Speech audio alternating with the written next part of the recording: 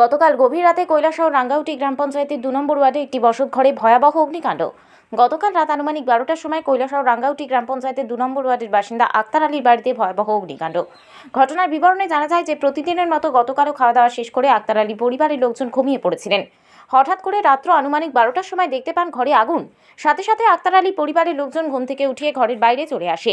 আক্তার আলীর পরিবারের লোকজন ঘরের বাইরে এসে চিৎকার চেঁচামেচি করার পর পাড়া প্রতিবেশীরা ছুটে আসেন। পাড়া প্রতিবেশী এসে শত চেষ্টা করেও এই বসতঘরটি অগ্নিকাণ্ড থেকে রক্ষা করতে পারেননি। খবর দেওয়া হয় কৈলাসহর অগ্নি নির্বাপক দপ্তরে। কৈলাসহর থেকে ছুটে আসেন অগ্নি নির্বাপক দপ্তরের কর্মীরা। অগ্নি নির্বাপক দপ্তরের কর্মীরা আসার আগেই বসতঘরটি সম্পূর্ণ জ্বলে পুড়ে ছাই হয়ে যায়। একান্ত সাক্ষাৎকারে রাঙ্গাউটি গ্রাম পঞ্চায়েতের ২ নম্বর ওয়ার্ডের পঞ্চায়েত সদস্য নজরুল ইসলাম বলেন, কয়েকটির পরিমাণ আনুমানিক ২৫ লক্ষ টাকা হবে। ঘরের মধ্যে ছিল একটি পালসার বাইক, ফ্রিজ, টিভি, খাট, মোবাইল, প্রচুর পরিমাণ স্বর্ণ অলংকার, কাপড় সহ প্রচুর পরিমাণে জিনিসপত্র জ্বলে পুড়ে ছাই হয়ে যায়। পঞ্চায়েত সদস্য নজরুল ইসলাম বলেন, কৈলাসহরের মহকুমা শাসক, গৌরনগর আরডি ব্লকের বিডিও, পঞ্চায়েত সমিতির ভাইস চেয়ারম্যান সহ সবার কাছেই অসহায় পরিবারের সাহায্যের হাত বাড়িয়ে দেওয়ার জন্য আহ্বান রাখেন। পাশাপাশি পঞ্চায়েত সদস্য মুকুল আলী এবং নজরুল ইসলাম এই পরিবারের পাশে এসে দাঁড়িয়েছেন এবং পঞ্চায়েত থেকেও যথাযথ সাহায্য করার আশ্বাস দিয়েছেন। এখন আপনাদের শোনাবো এই ঘরটি কিভাবে আগুন লেগে জ্বলে পুড়ে ছাই হয়ে যায়। আমরা এলাকাবাসীর তরফ থেকে জানবো। বাবার নাম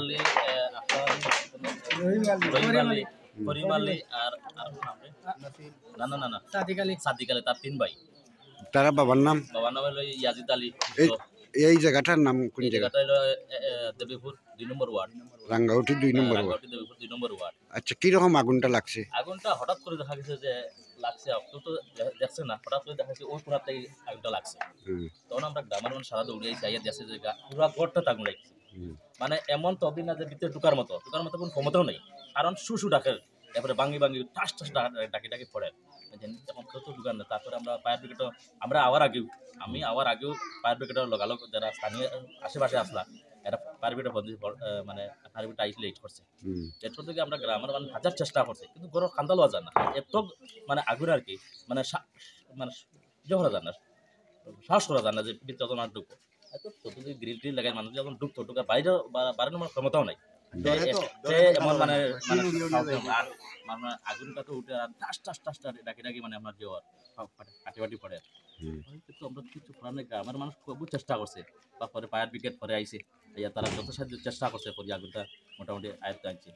পরিমাণ অনেক ২৫-২৬ লাখ টাকা হইব, কারণ কোনো জিনিস বাঁচানো গেছে না। বাঁচানোর মানে ক্ষমতা হয়েছে। কি জিনিস নষ্ট হয়েছে বলে আপনারা ধারণা? বাইক আছে, সোনা আছে, মোবাইল আছে,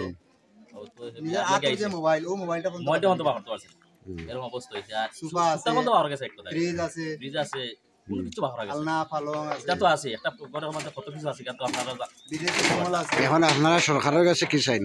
সরকার তো আপনারা ওটাও গরিব মানুষ, এরা এখন তো টাকার মতো জায়গা নাই, টাকার মতো ইমিডিয়েটলি যাতে এরা টাকার ব্যবস্থা আগে করে দিয়ে, পরে ক্ষয়ক্ষতিটা না করেও কিন্তু আগে টাকার জায়গাটার ব্যবস্থা করে দিত। মানে প্রশাসনের লগে আপনারা যোগাযোগ করছেন নি? প্রশাসন তো ফায়ার ব্রিগেড আইছে একটু আগে, ফায়ার ব্রিগেডের লোকেরা একটু আগে আইছে, তারা রিপোর্ট করে লিয়া গেছে। তারা কইছে যে মঙ্গলবারে নাই, মঙ্গলবারে যোগাযোগ করালে, খালি সোমবারে হইতো না, মঙ্গলবারে যোগাযোগ করে আইসিএমের কাছে দেওয়া লাগে। আর আমরা পঞ্চায়েত থেকে এখন সেক্রেটারির কাছে আমি আলাপ করছিলাম, সেক্রেটারির কাছে ইমিডিয়েট দিয়া এসডিএমের কাছে মানে তারা ব্যবস্থা করা লাগে।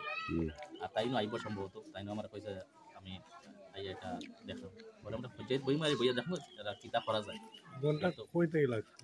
কত বুঝা না পাই, সম্ভবত শর্ট সার্কিট থেকে হইতে পারে। কত নিজে দেখছি না চৌকি, এখন আমি জিজ্ঞাসা যে মানে বাতাস আইছে, তারা ভাবছে বাতাস আইছে, যে মনে মেঘ দেয়, আর ওই মেঘের কারণে মানে তারা একটু ডরাই গেছে, কি টাস টাস ডাকে, তখন তারা বাড়ি দেখা যায় আগুন লাগছে, পুরা ঘরে ধরে নিয়েছে। ঠিক আছে।